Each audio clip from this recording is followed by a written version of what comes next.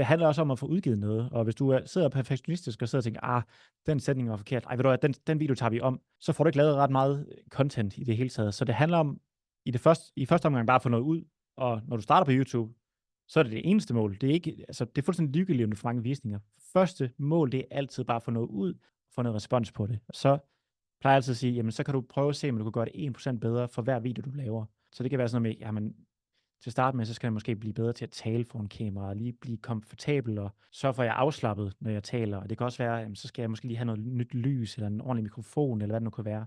Men det vigtigste er, at vi hele tiden prøver at gøre det bedre. Og det behøver ikke være nogle store steps, fordi hvis du så tænker, at jeg skal bare have en ny mikrofon, jeg skal have et nyt kamera, jeg skal have nyt lys, jeg skal blive bedre til at tale, før jeg overhovedet poster en video, så kommer det ingen vegne. Fordi så stopper du dig selv, og så får du aldrig postet noget. Og hvis du ikke poster noget, så får du helt sikkert ikke succes.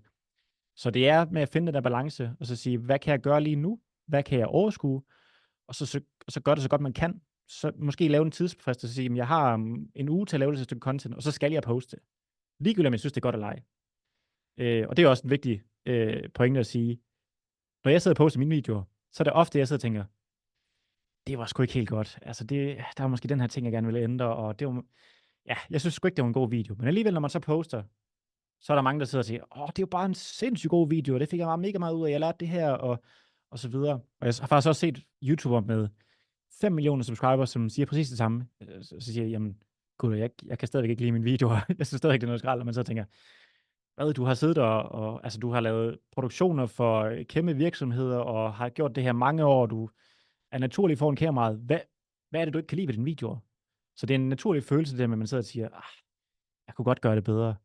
Men det handler om i første omgang, få udgivet noget, og så stille og roligt prøve at gøre det bedre. Og lad være med at gå tilbage og sige, den her video, den fik kun 10 likes. Den sletter jeg lige, for den performede ikke godt. For det kan være, der går 1,5 år, og så siger det, og så får den 1,5 million visninger.